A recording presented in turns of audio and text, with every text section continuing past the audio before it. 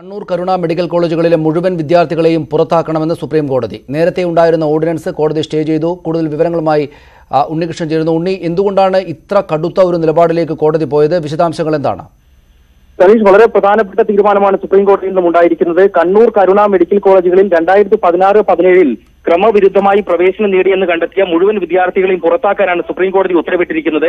Kannur medical കോളേജിലെ 180-ഉം കരുണ medical കോളേജിലെ 30-ഉം അടക്കം 180 വിദ്യാർത്ഥികളെയാണ് പുറത്താക്കേണ്ടി വരിക. അതായത് ഈ വിദ്യാർത്ഥികളുടെ ക്രമവിരുദ്ധ പ്രവേശനം നിയമപരമാക്കാൻ സംസ്ഥാന സർക്കാർ കൊണ്ടുവന്നിരിക്കുന്ന ഓർഡിനൻസ് സുപ്രീം കോടതി സ്റ്റേ ചെയ്തിരിക്കുകയാണ്. ഇങ്ങനൊരു ഓർഡിനൻസ് കൊണ്ടുവരാൻ സർക്കാരിന് കഴിയില്ല എന്നാണ് കോടതി വ്യക്തമാക്കിയിട്ടുള്ളത്. ഇവരുടെ പ്രവേശനം ഓൺലൈനിൽ അപേക്ഷിക്കാതെ ചട്ടപ്രകാരമല്ല എന്ന് സുപ്രീം കോടതി തന്നെ വ്യക്തമാക്കിയിരുന്നു. ഈ സാഹചര്യത്തിൽ ആ പ്രവേശനം അനുവദിക്കാൻ ഓർഡിനൻസ് കൊണ്ടുവരാൻ സർക്കാരിന് കഴിയില്ല. നിയമനിർമ്മാണ സഭകൾക്ക് കോടതിയുടെ അധികാരങ്ങളെ മറികടക്കാൻ കഴിയില്ല. അതുകൊണ്ട് തന്നെ ഈ ഓർഡിനൻസ് ഒരു കാരണവശാലും നിലനിൽക്കില്ല എന്നാണ് കോടതി വ്യക്തമാക്കിയിരിക്കുന്നത്. ആ ഓർഡിനൻസ് സ്റ്റേ ചെയ്തുകൊണ്ടാണ് പ്രവേശനം നേടിയ എല്ലാ വിദ്യാർത്ഥികളെയും പുറത്താക്കാൻ സുപ്രീം കോടതി ഉത്തരവിട്ടിരിക്കുന്നത്. കോടതി ഉത്തരവ് പാലിച്ചില്ല എങ്കിൽ ഗുരുതര പ്രത്യാഘാതം നേരിടേണ്ടി വരുമെന്ന മുന്നറിയിപ്പ് കൂടി ജസ്റ്റിസുമാരായ അരുൺ മിശ്രയും യു ലളിതും അംഗങ്ങളായ ബെഞ്ച് നൽകിയിട്ടുണ്ട്. ഏതായാലും നിയമസഭ ഇന്നലെ ഒരു ബിൽ പാസാക്കിയിരുന്നുവെന്നും ഈ ഓർഡിനൻസ് ഇപ്പോൾ പ്രാബല്യത്തിലില്ല എന്നുമാണ് സംസ്ഥാന സർക്കാർ സുപ്രീം കോടതിയെ അറിയിച്ചിരുന്നത്. എന്നാൽ കോടതി പറഞ്ഞ കാര്യം, ആ ബില്ലിന് ഇതുവരെയും ഗവർണർ അംഗീകാരം നൽകിയിട്ടില്ല. ഗവർണർ ഒപ്പുവെച്ചാൽ മാത്രമേ ബിൽ നിയമമാകുകയുള്ളൂ. നിയമമാകാത്തത് കൊണ്ട് തന്നെ ഓർഡിനൻസ് ആണ് നിലവിൽ ഉള്ളത്. ആ ഓർഡിനൻസ് പ്രകാരം യാതൊരു ആനുകൂല്യവും അനുവദിക്കാൻ കഴിയില്ല എന്നാണ് കോടതി പറഞ്ഞത്. പല തവണകളായി കണ്ണൂർ കരുണ മെഡിക്കൽ കോളേജിലെ പ്രവേശനവുമായി ബന്ധപ്പെട്ട എല്ലാ രേഖകളും പരിശോധിച്ചിരുന്നു. പ്രവേശനത്തിൽ വ്യാപക ക്രമക്കേടുണ്ടെന്ന് കോടതി നേരിട്ട് കണ്ടെത്തിയതാണ്. പ്രവേശന രേഖകൾ പോലും വ്യാജ രേഖകൾ കെട്ടിച്ചമയ്ക്കാൻ തയ്യാറായിട്ടുണ്ട്. അതിന് കോളേജ് അധികൃതർക്കെതിരെ വിചാരണ നടപടികൾ നേരിടണമെന്ന് പോലും കോടതി നിശ്ചയിച്ചതാണ്. അതിനുശേഷമാണ് സർക്കാർ ഇത്തരത്തിലൊരു ഓർഡിനൻസ് കൊണ്ടുവരികയും കോടതി വിധി മറികടക്കുകയും ചെയ്തിട്ടുള്ളത്. അതുകൊണ്ട് തന്നെ ഒരു കാരണവശാലും ഈ നടപടി അംഗീകരിക്കാൻ കഴിയില്ല എന്ന് വ്യക്തമാക്കിക്കൊണ്ടാണ് ഓർഡിനൻസ് സ്റ്റേ ചെയ്യുകയും എല്ലാ വിദ്യാർത്ഥികളെയും പുറത്താക്കാൻ സുപ്രീം കോടതി ഇപ്പോൾ ഉത്തരവിട്ടിരിക്കുകയും ചെയ്യുന്നത്. വിദ്യാർത്ഥികൾക്കും സംസ്ഥാന സർക്കാരിനും ഒക്കെ തന്നെ തിരിച്ചടിയാണ് ഈ ഒരു തീരുമാനം. ബില്ലിന്റെ തുടർ നടപടികൾ അത് ഗവർണർ ഒപ്പുവയ്ക്കുന്നതിനെ അടക്കം ഒരുപക്ഷെ സുപ്രീം കോടതിയുടെ ഈ തീരുമാനം വളരെ ഗുരുതരമായി തന്നെ ബാധിച്ചേക്കാം. സനീഷ്, ഉണ്ണികൃഷ്ണൻ, വിദ്യാർത്ഥികളുടെ ഭാവി പരിഗണിച്ചാണ് തങ്ങൾ മാനേജ്മെന്റുകൾ കുഴപ്പക്കാരാണെങ്കിൽ പോലും കുട്ടികളെ പ്രവേശിപ്പിക്കണം, അല്ലെങ്കിൽ അതിനായി ഓർഡിനൻസ് കൊണ്ടുവരികയും ബിൽ പാസ്സാക്കുകയും ചെയ്ത നിലപാടാണല്ലോ സംസ്ഥാന സർക്കാരിനുണ്ടായിരുന്നത് ഉള്ളത്. ജെയിംസ് കമ്മിറ്റി റദ്ദാക്കിയ പ്രവേശനമാണ് ഹൈക്കോടതിയെ തള്ളിക്കളഞ്ഞതാണ്. ഹൈക്കോടതി ഈ പ്രവേശനം റദ്ദാക്കിയ നടപടി ശരിവെച്ചിരുന്നു. സുപ്രീം കോടതിയും ആ നിലപാടായിരുന്നു. പക്ഷേ അവരെല്ലാം അതിലംഘിച്ചാണ് സംസ്ഥാന സർക്കാർ ഈ നിലപാടുമായി മുന്നോട്ട് പോയത്. ഇപ്പോൾ വലിയ തിരിച്ചടി കോടതിയുടെ ഭാഗത്തുനിന്നുണ്ടായിരിക്കുന്നു. ഏത് നിലക്കാണ്? ഞാൻ താങ്കളിലേക്ക് തിരിച്ചു വരാം ഉണ്ണി. കൂടുതൽ വിവരങ്ങൾ ആവശ്യമുണ്ട്. ശ്രീ വി എം സുധീരൻ, കോൺഗ്രസ് നേതാവ്, അദ്ദേഹം ടെലിഫോൺ ലൈനോട്. ശ്രീ വി എം സുധീരൻ, എങ്ങനെ കാണുന്നു ഇതിനെ? വലിയ തിരിച്ചടിയാണ് ലഭിച്ചിരിക്കുന്നത്. വിദ്യാർത്ഥികളുടെ ഭാവിയെ പരിഗണിച്ചാണ് തങ്ങൾ നിലപാട് സ്വീകരിച്ചത് എന്ന് ഇന്നലെ സംസ്ഥാന സർക്കാർ ഭരണപക്ഷവും പ്രതിപക്ഷവും നിയമസഭയ്ക്ക് അകത്ത് വ്യക്തമാക്കിയെങ്കിലും ഇപ്പോൾ മുഴുവൻ കുട്ടികളെയും പുറത്താക്കണം എന്ന നിലപാടിലേക്കാണ് കോടതി പോയിരിക്കുന്നത്. അതായത് നിയമത്തെ വെല്ലുവിളിച്ചുകൊണ്ട് ഈ സ്വാശ്രയ മെഡിക്കൽ കോളേജുകൾ നടത്തിയ പ്രവർത്തനങ്ങൾക്ക് സർവ്വ സംരക്ഷണവും കൊടുത്ത് മുന്നോട്ട് പോകുന്ന സർക്കാരിന്റെ തെറ്റായ നടപടികൾക്കേറ്റ കനത്ത തിരിച്ചടിയാണ് സുപ്രീം കോടതിയുടെ തീരുമാനമെന്ന കാര്യത്തിൽ യാതൊരു സംശയമില്ല. ഏതൊരു കോടതിക്കും ഏതൊരു നീതിന്യായ സംവിധാനത്തിനും ഈ തരത്തിലേ ചിന്തിക്കാനാവൂ, ഈ തരത്തിലേ വിധി പറയാനാവൂ എന്ന് എല്ലാവർക്കും അറിയാം. വളരെ തെറ്റാണ് ഈ കോളേജുകൾ ചെയ്തത്, സ്വാശ്രയ കോളേജ് ചെയ്തത്. അറിഞ്ഞുകൊണ്ട് തന്നെയുമല്ല, ഇപ്പോൾ ഈ കോളേജുകൾ മാത്രമല്ല, ഈ തെറ്റിന് കൂട്ടുനിൽക്കുക വഴി, ഈ തെറ്റ് സംരക്ഷിക്കുക വഴി കേരളത്തിലെ സ്വാശ്രയ രംഗത്ത് എന്തും ചെയ്യാവുന്ന ഏത് അഴിമതിയും ഏത് തരത്തിലുള്ള ക്രമക്കേടുകളും നടത്താവുന്ന ഒരു വലിയ വാതായനമാണ് സംസ്ഥാന സർക്കാർ തുറന്നുവിട്ടത്. ആ സംസ്ഥാന സർക്കാരിന്റെ നടപടിക്ക് ഒരു ന്യായീകരണവുമില്ല. കൂത്തുപറമ്പ് രക്തസാക്ഷികളെ കുറിച്ച് അഭിമാനം കൊള്ളുന്ന സ്വാശ്രയ കോളേജിലെ തെറ്റായ നടപടികൾക്കെതിരായി സമരം ചെയ്യുന്നു എന്ന് അവകാശപ്പെട്ട CPM-ഉം അതുപോലെ തന്നെ SFI, DYFI തുടങ്ങിയ സംഘടനകളൊക്കെ മുൻകാലത്ത് പറഞ്ഞതിന് വിരുദ്ധമായി അവർ നടത്തിയ സ്വാശ്രയ മാനേജ്മെന്റ് പ്രീണനം ഒരു കാരണവശാലും നിയമത്തിന്റെ മുന്നിൽ നിലനിൽക്കുന്നതല്ല. നിയമവാഴ്ചയെ വെല്ലുവിളിച്ചിരിക്കുന്നു. ഈ തെറ്റായ നടപടിക്ക് മുന്നോട്ട് പോയ ആരോഗ്യവകുപ്പ് മന്ത്രി രാജിവെച്ചേ മതിയാവൂ എന്ന കാര്യത്തിൽ യാതൊരു സംശയവുമില്ല. പക്ഷേ അതേ കുറ്റം ശ്രീ വി എം സുധീരൻ പ്രതിപക്ഷത്തിന്റെ മേലും വന്ന് വീഴുകയില്ലേ? ഇതിപ്പോൾ ഇത്ര തന്നെ കർശനമായ നിലപാട് സുപ്രീം കോടതി നേരത്തെയും സ്വീകരിച്ചിരുന്നു. അതിനെ അതിലംഘിച്ചുകൊണ്ട് അതിനെ പരിഹസിച്ച് തള്ളിക്കൊണ്ട് മുന്നോട്ട് പോകാനുള്ള നിലപാട് സംസ്ഥാന സർക്കാർ സ്വീകരിച്ചപ്പോൾ നിയമസഭയ്ക്കകത്ത് പ്രതിപക്ഷം അതിനനുകൂലമായ നിലപാടാണല്ലോ സ്വീകരിച്ചത്. അപ്പോൾ ഭരണപക്ഷത്തിന്, സർക്കാരിന്, ആരോഗ്യമന്ത്രിക്കും മുഖ്യമന്ത്രിക്കുമുള്ള കുറ്റം അതേ വലുപ്പത്തിൽ പ്രതിപക്ഷത്തിന് മേലും വരില്ലേ? അല്ല, പ്രതിപക്ഷവും ഗുരുതരമായ വീഴ്ചയാണ് ഈ കാര്യത്തിൽ വരുത്തിയത്. പ്രതിപക്ഷ ധർമ്മമല്ല നിർവഹിച്ചത്. അവര് സർക്കാരുമായി ഒത്തുകളിച്ചു എന്നുള്ള ഒരു ധാരണയാണ് പുറത്തു വന്നിട്ടുള്ളത്. സർക്കാരിന്റെ ന്യായമായ കാര്യങ്ങളെ അനുകൂലിക്കുന്നതിൽ അപാകതയില്ല. പക്ഷേ വളരെ തെറ്റായി നിയമത്തെയും ഭരണഘടനയെയും വെല്ലുവിളിച്ചുകൊണ്ട് സർക്കാർ നടത്തിയ ഈ തെറ്റായ പ്രവർത്തനങ്ങളെ നിയമസഭയിൽ ന്യായീകരിക്കുക വഴി അതിഗുരുതരമായ വീഴ്ചയാണ് പ്രതിപക്ഷ ഭാഗത്തുനിന്നുണ്ടായിട്ടുള്ളത്. തന്നെയുമല്ല, യൂത്ത് കോൺഗ്രസ് അതുപോലെ UDF MLA-മാർ വളരെ ശക്തമായി നടത്തിയ സമരങ്ങളൊക്കെ അർത്ഥശൂന്യമാക്കുന്ന നിലയിലേക്കാണ് പ്രതിപക്ഷ നിലപാട് കൊണ്ടെത്തിക്കുന്നത്. അതുകൊണ്ട് വളരെ തെറ്റായ നടപടിയാണ്. ഒരു കാരണവശാലും ഒരു ന്യായീകരണമില്ല. ഈ കാര്യത്തിൽ പ്രതിപക്ഷത്തിന് സംഭവിച്ചതും ഗുരുതരമായ വീഴ്ചയാണ്. തെറ്റായ നാണം കെട്ട ഒരു പിന്തുണയാണ് ഈ കാര്യത്തിൽ പ്രതിപക്ഷ ഭാഗത്തുനിന്ന് ഉണ്ടായിട്ടുള്ളത്, സംശയമില്ല. വളരെ നന്ദി ശ്രീ VM സുധീരൻ ഞങ്ങളോട് സംസാരിച്ചതിന്. നാണം കെട്ട വീഴ്ചയാണ് പ്രതിപക്ഷത്തിന്റെ ഭാഗത്തുനിന്നുണ്ടായത്. സംസ്ഥാന സർക്കാരിന്റെ ആരോഗ്യവകുപ്പ് മന്ത്രി രാജിവെക്കണം. അതിഗുരുതരമായ വീഴ്ചയാണ് പ്രതിപക്ഷത്തിന്റെ ഭാഗത്തു നിന്ന് തന്നെ ഉണ്ടായിരിക്കുന്നതെന്നാണ് ശ്രീ VM സുധീരൻ വ്യക്തമാക്കുന്നത്. ഡോക്ടർ ഫസൽ ഗഫൂർ ഇപ്പോൾ ടെലിഫോൺ ലൈനിലുണ്ട്. ഡോക്ടർ ഫസൽ ഗഫൂർ, നേരത്തെ പ്രതീക്ഷിച്ചതായിരുന്നു സുപ്രീം കോടതി ഈ കാര്യത്തെ എതിർക്കാനിടയുണ്ട് എന്ന്. പക്ഷേ ഒരുപക്ഷെ മുഴുവൻ കുട്ടികളെയും പുറത്താക്കണം എന്ന അതികർക്കശമായ നിലപാടിലേക്ക് കോടതി പോകും എന്ന കാര്യം സംശയിച്ചിരുന്നില്ല. എന്താണ് താങ്കൾ വിചാരിക്കുന്നത്? എങ്ങനെയാണ് ഇതിനെ കാണേണ്ടത്? ഞാൻ ആദ്യം തൊട്ടെടുത്തിട്ടുള്ള നിലപാട് ഇത് തന്നെയാണ്. കേരള ഹെൽത്ത് മറ്റേ കേരള ഹെൽത്ത് യൂണിവേഴ്സിറ്റിയിൽ ഞാൻ എടുത്ത നിലപാട് ഇതാണ്. മെഡിക്കൽ കൗൺസിൽ ഓഫ് ഇന്ത്യയുടെ മീറ്റിംഗിലും ഞാൻ എടുത്ത നിലപാടാണ്. ഗുരുതരമായ വീഴ്ച വരുത്തിയിട്ടുള്ള ഈ മാനേജ്മെന്റുകളുടെ കുട്ടികൾ പുറത്തുപോയേ പറ്റൂ. ഞാൻ മറിച്ചൊരു ഫോർമുല കൊടുത്തിരുന്നു. അതായത് മാനേജ്മെന്റുകൾ അടുത്ത കൊല്ലം സീറ്റുകൾ സറണ്ടർ ചെയ്യുക. അത് ഗവൺമെന്റ് ഫീസിൽ 150 കുട്ടികളെ അഡ്മിറ്റ് ചെയ്യുക, ഈ കുട്ടികളെ രക്ഷിക്കാൻ. അതിന് പോലും ഉള്ള ബുദ്ധി നിയമോപദേശം നൽകിയിട്ടില്ല ഇവിടുത്തെ ഗവൺമെന്റ്. അതുകൊണ്ട് നിയമ സെക്രട്ടറിയാണ് ആദ്യം രാജിവെക്കുന്നത്. ഇവിടെ ഫസ്റ്റ് നിയമ സെക്രട്ടറി രാജിവെക്കണം. വേണ്ടാത്ത ഗവൺമെന്റിന് അഡ്വൈസ് കൊടുത്തിട്ടുള്ള നിയമ സെക്രട്ടറി. രണ്ടാമത്, നേരത്തെ VM സുധീരൻ പറഞ്ഞതോട് ഞാൻ യോജിക്കുകയാണ്. കാരണം ഇവിടെ പ്രതിപക്ഷത്ത് തന്നെ ഒന്ന് ചിലർ ഒത്തുകളി കളിച്ചിട്ടുണ്ട്. ഈ കാര്യം ആദ്യമായിട്ട് അസംബ്ലിയിൽ ഉന്നയിക്കുന്നത് പ്രതിപക്ഷ നേതാവ് രമേശ് ചെന്നിത്തലയാണ്. അദ്ദേഹം ഉന്നയിച്ചതിന് ശേഷമാണ് ഗവൺമെന്റ് തീരുമാനത്തിലോട്ട് പോകേണ്ടി വന്നത്. അതുകൊണ്ട് ഇവിടെ ആരെങ്കിലും രാജിവെക്കണം, ഹെൽത്ത് മിനിസ്റ്റർ രാജിവെക്കണം എന്ന് പറയുകയാണെങ്കിൽ പ്രതിപക്ഷ നേതാവ് കൂടെ രാജിവെക്കണം. അങ്ങനെയാണ് അതിന്റെ സ്ഥിതി വരുന്നത്. പ്രതിപക്ഷ നേതാവ് രാജിവെക്കട്ടെ, ഹെൽത്ത് അതല്ല എല്ലാ കുറ്റവും ഹെൽത്തിന്റെ മിനിസ്റ്റർ. ഡോക്ടർ ഫസൽ ഗഫൂർ, ഇതുമായി ബന്ധപ്പെട്ട് സ്വാശ്രയ മേഖലയിൽ കാര്യങ്ങൾ ശ്രദ്ധിക്കുന്ന ആർക്കും വ്യക്തമാകുന്ന തരത്തിൽ ശരിയല്ലായ്മ ഈ സർക്കാരിന്റെ നിലപാടുകളിൽ ഉണ്ടല്ലോ എന്ന് ആദ്യമേ വ്യക്തമാകുന്നുണ്ടായിരുന്നു. അതായത് ഈ പറയുന്ന ജെയിംസ് കമ്മിറ്റി റദ്ദാക്കിയ പ്രവേശനമാണ്. ഇവർ ഒരു നിലപാടും സർക്കാരുമായിട്ടുള്ള ഒരു കരാറിനോടും യോജിക്കാൻ തയ്യാറായില്ല. സർക്കാർ മുന്നോട്ട് വെക്കുന്ന ഒരു കാര്യത്തോടും അനുകൂലമായ നിലപാട് സ്വീകരിച്ചില്ല. ദേശീയ തലത്തിൽ ഉണ്ടായിരിക്കുന്ന എല്ലാ നിർദ്ദേശങ്ങളെയും, പ്രവേശനത്തിന് പാലിക്കേണ്ടതായ നിർദ്ദേശങ്ങളെല്ലാം തള്ളിക്കളഞ്ഞു. അതുകൊണ്ട് തന്നെ ജെയിംസ് കമ്മിറ്റി റദ്ദാക്കി. ക്യാപിറ്റേഷൻ ഫീ വാങ്ങിയതിനുള്ള തെളിവുകൾ പുറത്തു വന്നു. ഇവർ ഹൈക്കോടതിയിൽ പോയി, ഹൈക്കോടതി തള്ളി. സുപ്രീം കോടതിയിൽ പോയി, സുപ്രീം കോടതി 2 തവണ വിമർശിച്ചുകൊണ്ട് തള്ളി. എന്നിട്ടും ഇവരെ സംരക്ഷിക്കാവുന്ന നിലപാടിന് വേണ്ടി ഭരണപക്ഷവും പ്രതിപക്ഷവും ഒന്നിച്ചങ്ങ് നിന്നു. നിയമസഭയ്ക്കകത്ത് അതിനു മുമ്പേ സുപ്രീം കോടതിയിൽ നിന്ന് അതിരൂക്ഷമായ വിമർശം വ്യാപം കേസുമായി ബന്ധപ്പെടുത്തി പോലും ഉണ്ടായിരുന്ന സാഹചര്യം പോലും പരിഗണിക്കാതെ ഈ സർക്കാരും പ്രതിപക്ഷവും ഒന്നിച്ചു നിന്നത് എത്രക്ക് വലിയ നഗ്നമായിട്ടുള്ള നാണക്കേടാണ്.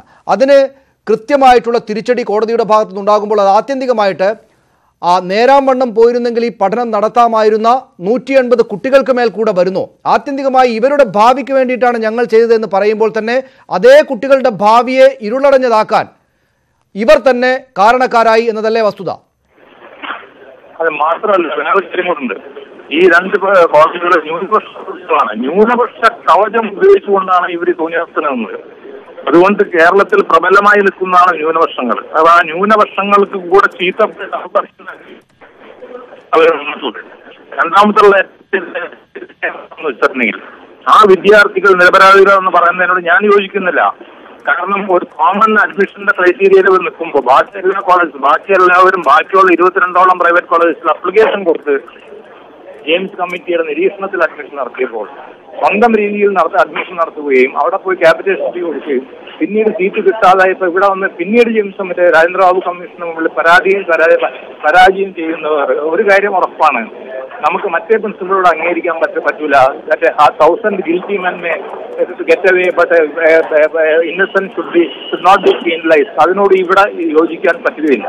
അതാണ് വിദ്യാർത്ഥികൾക്കടക്കം അതായത് നിയമപരമായിട്ടുള്ള വഴിയിലൂടെ അല്ലാതെ പ്രവേശനം നേടാൻ നോക്കിയ ക്യാപിറ്റേഷൻ ഫീ, തലവരിപ്പണം നിയമലംഘനമാണ്. കോഴയാണ് എന്ന് വ്യക്തമായ സാഹചര്യത്തിൽ അതും കൊണ്ടുപോയി കൊടുത്ത ഈ കുട്ടികളടക്കമുള്ള ആളുകൾ ഈ അർത്ഥത്തിൽ ശിക്ഷിക്കപ്പെടേണ്ടതാണ് എന്ന അഭിപ്രായം കൂടെ ഉള്ള ആളുകളുണ്ട്. ഞാൻ തിരിച്ചു വരാം ഡോക്ടർ ഫസൽ ഗഫൂർ. ഇപ്പോൾ ശ്രീ ഡീൻ കുര്യാക്കോസ് നമ്മോടൊപ്പം ടെലിഫോൺ ലൈനിലുണ്ട്. ശ്രീ ഡീൻ കുര്യാക്കോസ്, അതിശക്തമായിട്ടാണ് വിമർശനം സർക്കാരിനെതിരെ. ഈ ബില്ല് ഗവർണർക്ക് തിരിച്ചയച്ചുകൂടെ എന്നൊരു നിർദ്ദേശം കൂടെ ഗവർണർക്ക് മുന്നിൽ കൂടെ സുപ്രീം കോടതി വെക്കുകയും ചെയ്തിട്ടുണ്ട്. ഏത് നിലക്ക് താങ്കൾ ഇതിനെ കാണുന്നു? പ്രതീക്ഷിച്ച പോലെ തന്നെയാണ് കാര്യങ്ങൾ വന്നിരിക്കുന്നത്. സുപ്രീം കോടതി നിലനിൽക്കുന്ന നിയമ സംവിധാനത്തിൽ എന്തെല്ലാം കാര്യങ്ങൾ ചെയ്യാൻ പറ്റുമോ ആ നിലയിലുള്ള വിധി പ്രഖ്യാപിച്ചിരിക്കുകയാണ്. ഇവിടെ മറ്റു കോളേജുകൾക്കെല്ലാം ബാധകമായ ഒരു സംഗതി ഗവൺമെന്റ് അതിന്റെ നിയന്ത്രണത്തിൽ പുറപ്പെടുവിച്ച ഒരു നിയമവ്യവസ്ഥയെ ലംഘിച്ചുകൊണ്ട് പരസ്യമായ അഴിമതി എന്ന് പറയേണ്ടിയിരിക്കുന്നു. കോഴ വാങ്ങി അഡ്മിഷൻ നടത്തി, എന്നിട്ട് ഈ നിയമം അറിയില്ലാതെ സംഭവിച്ചതാണ് എന്ന് ന്യായീകരിക്കുന്നതിൽ അർത്ഥമുണ്ടെന്ന് എനിക്ക് തോന്നുന്നില്ല. അതുകൊണ്ട് തന്നെ പ്രതീക്ഷിച്ചുകൊണ്ട് തന്നെയാണ് സുപ്രീം കോടതി വിധി ഉണ്ടായിരിക്കുന്നത്. ഇതിനെതിരെ സ്വാഭാവികമായിട്ടും പ്രതിഷേധ സമരം താങ്കളടക്കമുള്ള ആളുകളുടെ ഭാഗത്തുനിന്നുണ്ടാകുമല്ലോ. ആ പ്രതിഷേധം സ്വാഭാവികമായും പ്രതിപക്ഷത്തിനെതിരെ കൂടെ ഉണ്ടാകേണ്ടതല്ലേ? അല്ല, നിയമസഭയെ സംബന്ധിച്ചിടത്തോളം അതൊരു കറുത്ത അധ്യായമായി മാത്രമേ ആ നിയമനിർമ്മാണത്തെ ബില്ല് പാസ്സാക്കലിന് നമുക്ക് കാണാൻ കഴിയുന്നുള്ളൂ. എന്തിനു വേണ്ടി അത് ചെയ്തു എന്നുള്ളതാണ്. ഒന്ന്, കോടതിയുടെ പരിഗണനയ്ക്കിരിക്കുന്ന ഒരു വിഷയം. രണ്ട്, നമ്മൾ എടുത്തിട്ടുള്ള നിലപാടുകൾ, ആ നിലപാടുകൾ പുനഃപരിശോധിക്കേണ്ടതായിട്ടുള്ള യാതൊരു സാഹചര്യവും വരുന്നില്ല എന്നുള്ളതാണ്. ഗവൺമെന്റ് 100% മാനേജ്മെന്റുകൾക്ക് അനുകൂലമായ ഒരു തീരുമാനമെടുത്തപ്പോൾ പ്രതിപക്ഷം അതോടൊപ്പം ചേർന്ന് ഇത് ഒരിക്കലും ചെയ്യേണ്ടിയിരുന്നില്ല എന്നുള്ള ഒരു അഭിപ്രായമാണ് ഞങ്ങൾക്കൊക്കെ ഉള്ളത്. അതുകൊണ്ട് ഇത് അംഗീകരിക്കപ്പെട്ടിരുന്നതെങ്കിൽ ഒരു വലിയ പ്രസിഡന്റായി ഒരു കീഴ്വഴക്കമായി ഇത് മാറുമായിരുന്നു. പിന്നീട് സ്വാശ്രയ കോളേജുകളെ നിയന്ത്രിച്ച് നിർത്താനുള്ള സാധ്യതകൾ നമുക്ക് നഷ്ടപ്പെടുമായിരുന്നു. ഏതായാലും അങ്ങനെ സംഭവിച്ചിട്ടില്ല എന്നുള്ള ആശ്വാസമാണ് ഇപ്പോഴുള്ളത്. നന്ദി ഡീൻ കുര്യാക്കോസ് ഞങ്ങളോട് സംസാരിച്ചതിന്.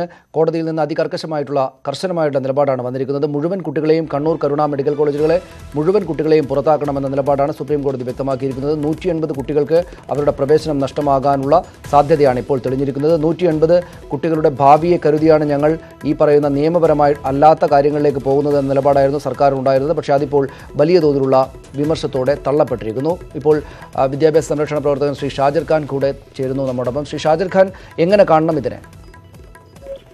അല്ല, തീർച്ചയായും നമ്മൾ പ്രതീക്ഷിച്ചതുപോലെ വളരെ വളരെ സന്തോഷകരമായ ഒരു വിധിയാണ് ഇപ്പോൾ വന്നിരിക്കുന്നത്. ഇന്നലെ നമ്മൾ പറഞ്ഞതാണ്, ഈ ചർച്ചകളിലൊക്കെ തന്നെ നമ്മൾ പറഞ്ഞതാണ്, സംസ്ഥാന ഗവൺമെന്റ് ഇതുവരെ നടത്തിയ ഈ കേരളത്തിന്റെ വിദ്യാഭ്യാസ ചരിത്രത്തിൽ തന്നെ അല്ല, ഇന്നലെ സഭയിൽ ആക്ട് പാസ്സാക്കി. ഇനി ഓർഡിനൻസിന്റെ പ്രസക്തി ഇല്ല സഭയിൽ. അല്ല, അതൊരു സാങ്കേതികതയാണ്. കാരണം ഒരു ഓർഡിനൻസ് റീപ്ലേസ് ചെയ്തുകൊണ്ടാണ് ആക്ട് വരുന്നത്. ഇന്നലെ ലെജിസ്ലേഷൻ നടന്നു, ആക്ട് പാസ്സായി. ഇനി ഓർഡിനൻസ് അല്ല, ആക്ടാണ് നിലനിൽക്കുന്നത്. കോടതിയുടെ വിശദമായിട്ടുള്ള വാദം കേട്ട ശേഷം വിധി പറയുന്നത് എന്താണ്, കോടതി എന്താണോ പറയുന്നത് നമുക്കതനുസരിക്കാം. കോടതി വിധി അനുസരിച്ച് നമ്മുടെ കെ ശൈലജയുടെ ഈ വിധിക്ക് ശേഷമുള്ള പ്രതികരണമാണ് നമ്മൾ കേട്ടത്. ഓർഡിനൻസ് നിലനിൽക്കുന്നതല്ല, നിയമനിർമ്മാണം ഇന്നലെ തന്നെ നടന്നു കഴിഞ്ഞു. അതുകൊണ്ട് ആ നിലക്കുള്ള അത് സാങ്കേതികമായിട്ടുള്ള കാര്യം മാത്രമാണെന്നാണ് അവർ അതുമായി ബന്ധപ്പെട്ട് പറഞ്ഞത്. പക്ഷേ ഇക്കാര്യത്തെ തള്ളിയാണ് സുപ്രീം കോടതിയിൽ നിന്ന് വിധി ഉണ്ടായിരിക്കുന്നത്. മുഴുവൻ കുട്ടികളെയും പുറത്താക്കണം. ഓർഡിനൻസ് തന്നെയാണ് ഇപ്പോഴും നിലനിൽക്കുന്നത്. ഈ ബില്ല് നിയമസഭ പാസ്സാക്കിയെങ്കിലും ഗവർണർ ഒപ്പുവെച്ച് തിരിച്ചയക്കാതെ അത് സാങ്കേതികമായിട്ട് പൂർണ്ണമായിട്ടില്ല എന്ന നിലപാടാണ് സുപ്രീം കോടതിയുടെ ഭാഗത്തുനിന്നുണ്ടായത്. അതുകൊണ്ട് തന്നെ ഈ കേസ് പരിഗണിക്കാം എന്ന നിലപാട് സ്വീകരിച്ചതിന് ശേഷമാണ് സുപ്രീം കോടതി ഇതിൽ ഏറ്റവും പ്രധാനപ്പെട്ട നിലപാട് സ്വീകരിച്ചിരിക്കുന്നത്, ഇവരെ തള്ളിക്കളഞ്ഞിരിക്കുന്നത്. ഇപ്പോൾ ശ്രീ ഷാജിർ ഖാൻ നമ്മോടൊപ്പം ചേരുന്നു. ഷാജിർ ഖാൻ, താങ്കൾക്ക് തുടരാം. ഇപ്പൊ ഇവർ ഇന്നലെ പാസ്സാക്കി എന്ന് പറയുന്ന നിയമം തള്ളിക്കളഞ്ഞു എന്ന് പറയുന്നതിന് തുല്യമാണല്ലോ. കാരണം ഓർഡിനൻസിൽ പറയുന്ന കാര്യങ്ങൾ തന്നെയാണ് ഇതിൽ നിയമമെന്ന പേരിൽ ഇന്നലെ അവതരിപ്പിച്ച ബില്ലിൽ പറഞ്ഞിട്ടുള്ള കാര്യങ്ങൾ. അപ്പോ നേരത്തെ തന്നെ അതിനെതിരെ വിമർശനം സുപ്രീം കോടതി ഉന്നയിച്ചതാണ്. സുപ്രീം കോടതിയെയും നിയമവാഴ്ചയെയും വിദ്യാഭ്യാസ സങ്കല്പങ്ങളെയും നീതിയെയും എല്ലാത്തിനെയും വെല്ലുവിളിച്ചുകൊണ്ട് യഥാർത്ഥത്തിൽ മാനേജ്മെന്റുകൾക്ക് വേണ്ടി നിയമനിർമ്മാണം നടത്താൻ തുനിഞ്ഞിട്ടിറങ്ങിയത് ഈ പറയുന്ന കേരളം ഭരിക്കുന്ന ആളുകളാണ്. LDF-ഉം UDF-ഉം കൂടി അതിനോട് കൂടെ ചേർന്നു എന്നുള്ളത് വളരെ ദുഃഖകരമായ കാര്യം. പക്ഷെ രണ്ടു കൂട്ടരും കൂടെ ചേർന്ന് ഇങ്ങനെ ഒരു സംഭവം ചെയ്തു വെച്ചു. അതിന് 24 മണിക്കൂറിന്റെ ആയുസ് പോലും ഉണ്ടായില്ല എന്നതാണ് വാസ്തവം. സാങ്കേതികമായി ഓർഡിനൻസ് ആണ് ഇപ്പൊ നിലവിലുള്ളത് എന്നതുകൊണ്ട് ഓർഡിനൻസ് തള്ളി.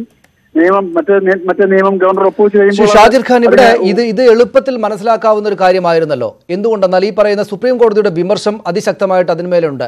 ഈ പ്രവേശനം റദ്ദാക്കിയ നടപടി, ജെയിംസ് കമ്മിറ്റിയുടെ റദ്ദാക്കിയ നടപടി ഹൈക്കോടതിയും സുപ്രീം കോടതിയും അനുവദിച്ചതാണ്. അതിന് മേലാണ് അതിനെ അതിജീവിക്കാനുള്ള ശ്രമങ്ങളുടെ ഭാഗമായിട്ടാണ് ഈ നടക്കുന്നത് എന്നത് മനസ്സിലായപ്പോൾ തന്നെ മെഡിക്കൽ കൗൺസിൽ ശക്തമായ നിലപാട് സ്വീകരിച്ചപ്പോൾ തന്നെയും സുപ്രീം കോടതി ഇക്കാര്യത്തിൽ അവരുടെ നിലപാട് പറഞ്ഞതാണ്. ആ നിലപാട് അറിയുമായിരുന്നിരിക്കെ ഇതെന്തായാലും തള്ളപ്പെടും, സുപ്രീം കോടതിയിൽ നിന്ന് വിമർശമുണ്ടാകും എന്ന് അറിഞ്ഞുകൊണ്ട് തന്നെയും ഇതിനെ കടന്നു പോകാൻ വേണ്ടി നിയമനിർമ്മാണം നടത്തുക, അതോടൊപ്പം ഭരണപക്ഷത്തോടൊപ്പം പ്രതിപക്ഷവും ചേർന്ന് നിൽക്കുക. അതായത് എളുപ്പത്തിൽ മനസ്സിലാക്കാവുന്ന ഒരു കാര്യമായിട്ട് പോലും കോടതി അങ്ങ് പരിഹസിച്ചു കളയാം എന്ന നിലപാട് സ്വീകരിച്ചത് എന്തുകൊണ്ടാകണം? എന്ത് കാര്യങ്ങളായിരിക്കും ഇതിന്റെ പിന്നിൽ പ്രവർത്തിച്ചിട്ടുണ്ടാവുക? പണത്തിന് മേൽ പരുന്തും പറക്കില്ലല്ലോ. അപ്പോ കോടികൾ ഒഴുകിയിട്ടുണ്ടാകണം. അതിന്റെ കണക്കുകൾ നമുക്കറിയില്ല എന്ന് മാത്രം. അപ്പോ അതുകൊണ്ടാണല്ലോ ഇപ്പൊ ഇത്രയൊക്കെ എതിർവിധി വരുമെന്ന് അറിഞ്ഞിട്ട് പോലും മാനേജ്മെന്റുകളെ സഹായിച്ചു കളയാം, അവർക്ക് വേണ്ടി ഒരു എൻ്റയർ നിയമസഭയെ ഇതുപോലൊരു നിയമവിരുദ്ധ പ്രവർത്തനത്തിന് വിധേയമാക്കി കളയാം എന്ന് തീരുമാനിക്കണമെങ്കിൽ അതിന് മാത്രമുള്ള ഒരു ശക്തിയായി ഒരുപക്ഷെ കോടികൾ ഈ പറയുന്ന നേതാക്കന്മാർക്ക് കൊടുത്തിട്ടുണ്ടാകണം. അതല്ലെങ്കിൽ പിന്നെ ഇന്നലെ ഇങ്ങനെ ഒരു നാടകത്തിന് അല്ലെങ്കിൽ ഇങ്ങനെ ഒരു സംരംഭത്തിന് ഒരു മുതിരുമോ? നമുക്ക് വളരെ വ്യക്തമായിട്ട് അറിയാമല്ലോ. നമുക്ക് വിദ്യാഭ്യാസ രംഗത്ത് വലിയ ധാരണയില്ലാത്ത ആളുകൾക്ക് പോലും. അതാണ് ഞാൻ തിരിച്ചു വരാം ശ്രീ ഷാജിർ ഖാൻ താങ്കളിലേക്ക്. ഒന്നുകൂടി ഡോക്ടർ ഫസൽ ഗഫൂറിലേക്ക്. ഡോക്ടർ ഫസൽ ഗഫൂർ, ഇനി അങ്ങോട്ട് ചെയ്യാൻ എന്താണുള്ളത്? ഈ 180 വിദ്യാർത്ഥികളെയും പുറത്താക്കി അവർ ഒരു വർഷം കഴിഞ്ഞ് അവരുടെ ശരിയായ വഴിക്ക് ഈ പ്രവേശനം തേടട്ടെ എന്ന് വെക്കുകയാണോ വേണ്ടത്? അല്ലെങ്കിൽ ഇതിന് തിരിച്ചു വീണ്ടും നിയമ നടപടികളിലേക്ക് പോകാൻ സർക്കാരിന്റെ കയ്യിൽ കാര്യങ്ങൾ ഉണ്ടാകുമോ? സർക്കാരിന്റെ കയ്യിൽ ഒരു കാര്യമില്ല. ഒരു നിയമം നടിക്കുമ്പോഴും പോണ്ട. ആ വിദ്യാർത്ഥികളുടെ അടുത്ത് നിന്ന് വാങ്ങിച്ച കാശ് ഇവര് മാനേജ്മെന്റുകൾ തിരിച്ചു. അതാണ് അതിന്റെ കറക്റ്റ്. ഇത് പകൽ വെളിച്ചം പോലെ എല്ലാവർക്കും അറിയുന്ന കാര്യമാണ്. സ്വയാശ്രയ കരാർ ലംഘിച്ചിട്ടുണ്ട്. 50 എന്നുള്ളത് ഇല്ലാതാക്കിക്കൊണ്ട് ഇവർ വാങ്ങിച്ചു വെച്ച കാശ് ഇവർ തിരിച്ചു കൊടുക്കുക. അതിന്റെ മാന്യത. ആ കുട്ടികൾ വേറെ വഴി നോക്കട്ടെ. അങ്ങനെയൊക്കെ കൊല്ലങ്ങളൊക്കെ എല്ലാവർക്കും പോയിട്ടുണ്ട്. ഞങ്ങൾക്കൊക്കെ ഇഷ്ടംപോലെ കൊല്ലങ്ങൾ. ഡോക്ടർ ഫസൽ ഗഫൂർ, ഇവിടെ ഈ പിണറായി സർക്കാർ ഇക്കാര്യത്തിൽ വലിയ വീഴ്ചയാണ് വരുത്തിയിരിക്കുന്നതെന്ന് തന്നെ വേണ്ടേ മനസ്സിലാക്കാൻ. ഈ നീറ്റ് വന്ന സാഹചര്യത്തിൽ സ്വാശ്രയ മേഖലയിൽ പതിറ്റാണ്ടുകളായിട്ട് തുടരുന്ന പ്രതിസന്ധി പരിഹരിക്കാനുള്ള ഒരു സാഹചര്യം അവിടെ ഉണ്ടായിരിക്കെ അത് ഉപയോഗിക്കാതെ അതേക്കാൾ വലിയ കുഴപ്പത്തിൽ ചെന്ന് ചാടുക എന്ന ശരിയല്ലാത്ത കാര്യത്തിലേക്ക് സർക്കാർ പോയി. ലഭിച്ചിരുന്ന ഈ മേഖലയെ സംശുദ്ധമാക്കാൻ ലഭിച്ചിരുന്ന ഒരു സാഹചര്യത്തെ കളഞ്ഞു കുളിച്ചു, ചീത്തപ്പേരുണ്ടാക്കി എന്നല്ലേ മനസ്സിലാക്കേണ്ടത്? അല്ല, നമുക്കതിനെ പോസിറ്റീവായിട്ട് കാണാം. ഇതോടുകൂടി കാര്യങ്ങൾ വളരെ ക്ലിയർ ആയില്ല. ഇനി ഒരു ന്യൂനപക്ഷത്തിന്റെ പേരിലുള്ള ഒരു കുത്തിത്തിരിപ്പും നടക്കൂല. ഇവിടെ പ്രശ്നം കിടക്കുന്നത് എനിക്ക് പറയുന്നതിൽ ദുഃഖമുണ്ട്. ഞാൻ ന്യൂനപക്ഷ സംഘടനയുടെ പ്രശ്നങ്ങളാണ്. ന്യൂനപക്ഷത്തിന്റെ പേരിലാണ് ഇവിടെ കൂടുതൽ കൊള്ള നടത്തുന്നത്. ഭൂരിപക്ഷ സമുദായം എന്നും കരാറുകൾക്ക് തയ്യാറായി, ഭൂരിപക്ഷ കോളേജുകൾ തയ്യാറായിട്ട് നിൽക്കുകയെ നമ്മൾ കേസുകൾ പഠിച്ചാൽ അറിയാം. ആദ്യം ക്രിസ്ത്യൻ മാനേജ്മെന്റ് 50-50-നെതിരായിട്ട് പോയി. പിന്നീട് ഇവരിതെല്ലാം പാര വെച്ച് 100-100. മാത്രമല്ല ഇവരെല്ലാം കച്ചവടക്കാരല്ലേ. ഇതിൽ ഏതെങ്കിലും ഒരു രജിസ്റ്റേർഡ് സൊസൈറ്റിയോ അല്ലെങ്കിൽ ഒരു അസോസിയേഷനോ ഉണ്ടോ? വ്യക്തിപരമായിട്ട് ഇവർ ഇൻകം ടാക്സും കൊടുക്കുന്നില്ല, സെയിൽസ് ടാക്സും കൊടുക്കുന്നില്ല, ഒരു ടാക്സും ക്യാപിറ്റൽ ഗെയിൻസ് ടാക്സും കൊടുക്കുന്നില്ല. ഇതെല്ലാം ന്യൂനപക്ഷത്തിന്റെ പേരിൽ ഇവർക്ക് ഇളവുകൾ കിട്ടുകയാണ്. ആ ഇളവെന്ന് പറഞ്ഞാൽ സർക്കാർ ട്രസ്റ്റിനും സൊസൈറ്റിക്കും കൊടുത്തിട്ടുള്ളത് പാവപ്പെട്ട വിദ്യാർത്ഥികളെ മറ്റും പഠിപ്പിക്കലാണ്. അങ്ങനെയാണ് ഞങ്ങളൊക്കെ കഴിഞ്ഞ 14 വർഷമായിട്ട് ചെയ്തുകൊണ്ടിരിക്കുന്നത്. അത് അട്ടിമറിച്ച് കോടതിയിൽ പോയി അട്ടിമറിച്ചതുകൊണ്ട് അതിശക്തമായ ഒരു നിലപാടാണ് MES-ന് ഈ കാര്യത്തിലുള്ളത്. ഈ വിദ്യാർത്ഥികളും പുറത്തു പോകണം. അതേമാതിരി തന്നെ ഇവരുടെ കാശ് വാങ്ങിച്ചിട്ടുള്ള ഈ മാനേജ്മെന്റ് കാശ് ഇവർക്ക് തിരിച്ചു പോകണം. നന്ദി ഡോക്ടർ ഫസൽ ഗഫൂർ ഞങ്ങളോട് പ്രതികരിച്ചതിന്. ഉണ്ണികൃഷ്ണൻ നമ്മോടൊപ്പം ചേരുന്നു. ഉണ്ണി, മറ്റു വിശദാംശങ്ങൾ എന്താണ്? സനീഷ്, അതായത് ഇന്നത്തെ കോടതി നടപടികളുടെ ഒരു ഹ്രസ്വരൂപം പറയുകയാണെങ്കിൽ, കോടതി നടപടികൾ തുടങ്ങിയപ്പോൾ തന്നെ സംസ്ഥാന സർക്കാർ അഭിഭാഷകൻ ചൂണ്ടിക്കാട്ടിയ കാര്യം ഇങ്ങനൊരു ബിൽ കൊണ്ടുവന്നിട്ടുണ്ട്, അതുകൊണ്ട് തന്നെ ഈ വിഷയം പരിഗണിക്കരുത് എന്നായിരുന്നു. എന്നാൽ മെഡിക്കൽ കൗൺസിൽ ഈ ബില്ലിലെയും ഓർഡിനൻസിലെയും അന്തസ്സത്ത ഒന്ന് തന്നെയാണ്. അതുകൊണ്ട് കേസ് പരിഗണിക്കണമെന്ന് നിലപാടെടുത്തു. കോടതിയും വ്യക്തമാക്കിയത് എന്തായാലും ഇന്ന് തന്നെ കേസ് പരിഗണിക്കും, അക്കാര്യത്തിൽ ഒരു തീരുമാനം ഉണ്ടാക്കും എന്നായിരുന്നു. ഇതേ തുടർന്നാണ് കോടതി സംസ്ഥാന സർക്കാരിനെ രൂക്ഷ വിമർശനം ഉന്നയിക്കുന്നത് അടക്കമുള്ള കാര്യങ്ങളിലേക്ക് എത്തിയത്. കോടതി പറഞ്ഞത്, ജസ്റ്റിസ് അരുൺ മിശ്ര പറഞ്ഞത്, എന്റെ ഓർമ്മശക്തിക്ക് നിങ്ങളെ രക്ഷിക്കാൻ കഴിയുകയില്ല, കാരണം വളരെ വിശദമായി തന്നെ നിങ്ങളുടെ വാദങ്ങൾ നേരത്തെ കേട്ടതാണ്. മാനേജ്മെന്റിന്റെ വാദം കേട്ടു, വിദ്യാർത്ഥികളുടെ വാദം കേട്ടു. അന്ന് തന്നെ വ്യക്തമായ കാര്യം മാനേജ്മെന്റുകൾ അഡ്മിഷൻ ക്രമവിരുദ്ധമായി നടത്തി എന്നുള്ളതാണ്. വ്യാജരേഖ ചമച്ചതിനെ മാനേജ്മെന്റുകളെ വിചാരണ ചെയ്യുന്നത് അടക്കമുള്ള നടപടികളിലേക്ക് അന്ന് കോടതി കടക്കാനിരുന്നതാണ്. എല്ലാ നടപടികളും വ്യാജമാണെന്ന് കണ്ടെത്തിയതാണ്. എന്നിട്ടും സംസ്ഥാന സർക്കാർ എന്തുകൊണ്ടാണ് ഓർഡിനൻസ് കൊണ്ടുവന്നത്? ഓർഡിനൻസ് കൊണ്ടുവരുന്നതിനും സുപ്രീം കോടതി വിധിക്കുമിടയിലുള്ള 7 മാസ കാലയളവിൽ ഈ വിദ്യാർത്ഥികൾ കോളേജിൽ തന്നെ പഠിക്കുകയായിരുന്നു. അങ്ങനെ പഠിക്കാൻ അവർക്ക് എന്ത് അധികാരമാണുള്ളത്? കോടതി കോടതി റദ്ദാക്കിയ നടപടിയിൽ അവരെ എങ്ങനെ തുടർന്ന് പഠിപ്പിക്കാൻ കഴിയുമെന്ന കാര്യം കോടതി ചോദിച്ചു. ഏതായാലും ഈ ഓർഡിനൻസ് പൂർണ്ണമായും സുപ്രീം കോടതി വിധിയെ ഇല്ലാതാക്കാൻ, അതിന്റെ സുപ്രീം കോടതി വിധിയെ പൂർണ്ണമായും ഇല്ലാതാക്കുന്നതിന് വേണ്ടി കൊണ്ടുവന്നതാണ്. അങ്ങനെ ഒരു ഓർഡിനൻസ് കൊണ്ടുവരാൻ സംസ്ഥാന സർക്കാരിന് അധികാരമില്ല എന്നാണ് സുപ്രീം കോടതി വ്യക്തമാക്കിയിരിക്കുന്നത്. തിരിച്ചു വരാം ഉണ്ണികൃഷ്ണൻ താങ്കളിലേക്ക്. ടി വി രാജേഷ് MLA അദ്ദേഹം ഇപ്പോൾ ടെലിഫോൺ ലൈനോട്. പക്ഷേ ടി വി രാജേഷ്, വലിയ തിരിച്ചടിയാണല്ലോ സുപ്രീം കോടതിയുടെ ഭാഗത്തുനിന്നുണ്ടായിരിക്കുന്നത്, എങ്ങനെ കാണുന്നു ഇതിനെ? ഇതിപ്പോ സർക്കാരിനെതിരായ ഒരു തിരിച്ചടി എന്നതിലുപരി ഇതിപ്പോ കേരളത്തിന്റെ വിദ്യാഭ്യാസ രംഗത്ത് മാത്രമല്ല ദേശീയ തലത്തിൽ തന്നെ പ്രൊഫഷണൽ വിദ്യാഭ്യാസവുമായി ബന്ധപ്പെട്ട് തീർച്ചയായിട്ടും അതൊരു പുതിയ തലങ്ങളിൽ എത്തിയിരിക്കുകയാണ്. സംസ്ഥാന സർക്കാരിന്റെ ഉദ്ദേശശുദ്ധി വളരെ വ്യക്തമാണ്. ഇത്തരം ഒരു ഓർഡിനൻസ് കൊണ്ടുവരാൻ നിർബന്ധിതരാവുകയാണ് ചെയ്തിട്ടുള്ളത്. ഈ ഓർഡിനൻസിനെ യഥാർത്ഥത്തിൽ മനസ്സുകൊണ്ട് അനുകൂലിക്കുന്നവരല്ല ഞങ്ങളെ പോലുള്ളവരാരും. ഗവൺമെന്റ് അഭിപ്രായം ബില്ല് പ്രസന്റ് ചെയ്തുകൊണ്ട് നിയമസഭക്കകത്ത് ബഹുമാനപ്പെട്ട ആരോഗ്യമന്ത്രി വ്യക്തമാക്കിയിട്ടുള്ളതാണ്. കാരണം അവിടെ ചേർന്നിട്ടുള്ള വിദ്യാർത്ഥികൾ അവരുടെ പഠനം പാതി വഴിയിൽ നിർത്തലാക്കപ്പെടുകയും അവർ പെരുവഴിയിലാവുകയും ചെയ്യുന്ന ഒരു അസാധാരണ സാഹചര്യത്തിൽ തീർത്തും ഒരു വിദ്യാർത്ഥികളുടെ ഭാവി മുന്നിൽ നിർത്തിക്കൊണ്ട് മാത്രമുള്ള ഒരു ഓർഡിനൻസാണ് സംസ്ഥാന സർക്കാർ നിർബന്ധിതമായത്. അപ്പൊ ആ സാഹചര്യത്തിൽ സുപ്രീം കോടതി എന്തൊക്കെ കാര്യങ്ങളാണ് സുപ്രീം കോടതിയുടെ വിധിന്യായത്തിൽ പറഞ്ഞിട്ടുള്ളത് എന്നുള്ളതെല്ലാം വിശദമായി പരിശോധിക്കേണ്ടതായിട്ടുണ്ട്. ആ പരിശോധിച്ചതിന് ശേഷം മാത്രമേ ടി വി രാജേഷ്, ഇതിപ്പോൾ വിദ്യാർത്ഥികളുടെ ഭാവി എന്ന കാര്യത്തിലെ ഉദ്ദേശശുദ്ധിയാണല്ലോ പ്രതിപക്ഷവും ഭരണപക്ഷവും ഒക്കെ മുന്നോട്ട് വെച്ചത്. ഇപ്പോൾ അതേക്കാൾ വലിയ പ്രതിസന്ധിയിലേക്ക്, നേരത്തെ ആയിരുന്നെങ്കിൽ അതിൽ മെറിറ്റുള്ള ആളുകൾക്കെങ്കിലും രക്ഷപ്പെടാവുന്ന ഒരു സാഹചര്യം ഉണ്ടായിരുന്നെങ്കിൽ ഇപ്പോൾ 180 കുട്ടികളെയും പഠനം നിർത്തിക്കളയൂ എന്ന നിലപാട് സുപ്രീം കോടതിയിൽ നിന്ന് വന്നിരിക്കുന്നു. യഥാർത്ഥത്തിൽ നിങ്ങൾ ഈ ഉദ്ദേശശുദ്ധി എന്ന് പറഞ്ഞ് നിയമപരമായിട്ട് എന്തൊക്കെ ഉണ്ടാകുമെന്നത് പഠിക്കുകയോ കാര്യങ്ങൾ ആ നിലക്ക് അവതരിപ്പിക്കുകയോ ചെയ്യാതെ ഇങ്ങനെയൊരു കാര്യത്തിലേക്ക് പോയതുകൊണ്ട് ആ കുട്ടികൾ കൂടുതൽ പ്രയാസത്തിലേക്ക് പെട്ടു എന്നതല്ലേ സാഹചര്യം? ശ്രീ സനീഷ്, അങ്ങനെ പറയാൻ പറ്റില്ല. ഒരു സർക്കാരിനെ സംബന്ധിച്ചിടത്തോളം വിദ്യാർത്ഥികളെ സംബന്ധിച്ചിടത്തോളം അവരുടെ ഭാവി പെരുവഴിയിലാകുന്ന സാഹചര്യം ഒഴിവാക്കാൻ സർക്കാർ പരമാവധി ശ്രമിക്കേണ്ടതാണ്. തീർച്ചയായും അത്തരത്തിൽ ഒരു ഇടപെടലാണ് സംസ്ഥാന സർക്കാർ നടത്തിയത്. ലഭ്യമായ ഇത്തരം ഒരു സാഹചര്യത്തിൽ വിദ്യാർത്ഥികളുടെ ഭാവി മുന്നിൽ നിർത്തിക്കൊണ്ട് എന്ത് ചെയ്യാൻ വേണ്ടി കഴിയുമെന്ന് ആലോചിച്ച് ബന്ധപ്പെട്ട നിയമവിദഗ്ധന്മാരുമായി ചർച്ച നടത്തി അതിന്റെ അടിസ്ഥാനത്തിലാണ് ഇത്തരത്തിൽ ഒരു ഓർഡിനൻസ് കൊണ്ടുവരാൻ സർക്കാർ നിർബന്ധിതമായത്. ഞാൻ വീണ്ടും പറയുന്നു, സർക്കാർ നിർബന്ധിതമായത് ഈ സാഹചര്യം കണക്കിലെടുത്തുകൊണ്ടാണ്. തീർച്ചയായിട്ടും സുപ്രീം കോടതി എന്താണ് പറഞ്ഞത് അതിന് വിശദാംശങ്ങൾ നോക്കേണ്ടതായിട്ടുണ്ട്. സർക്കാരിനെ സംബന്ധിച്ചിടത്തോളം ഈ കാര്യത്തിൽ സർക്കാർ വിദ്യാർത്ഥികളുടെ ഭാവി ഏതെങ്കിലും തരത്തിൽ ബലിയാടാകരുത് എന്ന ഉദ്ദേശം മാത്രമേ ഈ കാര്യത്തിലുള്ളൂ. കോടതി അത്തരം ഒരു നിലപാട് സ്വീകരിച്ചിട്ടുണ്ട് എങ്കിൽ അത് പരിശോധിക്കണം. പരിശോധിച്ച ശേഷം ഈ കാര്യത്തിൽ തീർച്ചയായിട്ടും ഗവൺമെന്റ് ഉചിതമായ ഒരു നിലപാട് സ്വീകരിക്കുകയും ചെയ്യും. നന്ദി ശ്രീ ടി വി രാജേഷ്, ഞങ്ങളോട് സംസാരിച്ചതിന്. ഈ വാർത്തയുടെ വിശദാംശങ്ങളിലേക്ക് വളരെ പെട്ടെന്ന് തിരിച്ചു വരാം. വലിയ തിരിച്ചടിയാണ് സർക്കാരിന് ഇക്കാര്യത്തിൽ ഉണ്ടായിട്ടുള്ളത്. 180 കുട്ടികളെയും 180 കുട്ടികൾ കണ്ണൂർ മെഡിക്കൽ കോളേജിലാണ്, 30 കുട്ടികൾ പാലക്കാട് കരുണയിലും. ഈ 180 കുട്ടികളെയും അതാത് കോളേജുകളിൽ നിന്ന് പുറത്താക്കണം എന്ന കർക്കശമായ നിലപാടാണ് സുപ്രീം കോടതിയുടെ ഭാഗത്തുനിന്നുണ്ടായിരിക്കുന്നത്. ഈ കുട്ടികളുടെ ഭാവിയെ കരുതിയാണ് ഞങ്ങൾ മാനേജ്മെൻറ്റുകൾ തെറ്റാണ് ചെയ്തതെങ്കിൽ പോലും ഈ നിയമനിർമ്മാണത്തിന് തയ്യാറാകുന്നത് എന്ന് ന്യായീകരിച്ചുകൊണ്ടിരിക്കുന്ന ഭരണപക്ഷവും പ്രതിപക്ഷവും. പക്ഷേ അതേക്കാൾ വലിയ പ്രതിസന്ധിയിലേക്ക് ഈ കുട്ടികളെ എടുത്തെറിഞ്ഞിരിക്കുകയാണ്. അതിനേക്കാൾ പ്രധാനമായിട്ട് സ്വാശ്രയ മെഡിക്കൽ പ്രവേശന രംഗത്ത് ഏറ്റവും കടുത്ത ഒരു സുപ്രീം കോടതി നിയമ നിലപാടിന് വലിയൊരു തിരിച്ചടിക്ക് ഈ സർക്കാരിന് വിധേയരാകേണ്ടി വന്നിരിക്കുന്നു എന്നതാണ് ഇതിലെ ഏറ്റവും പ്രധാനപ്പെട്ട കാര്യം.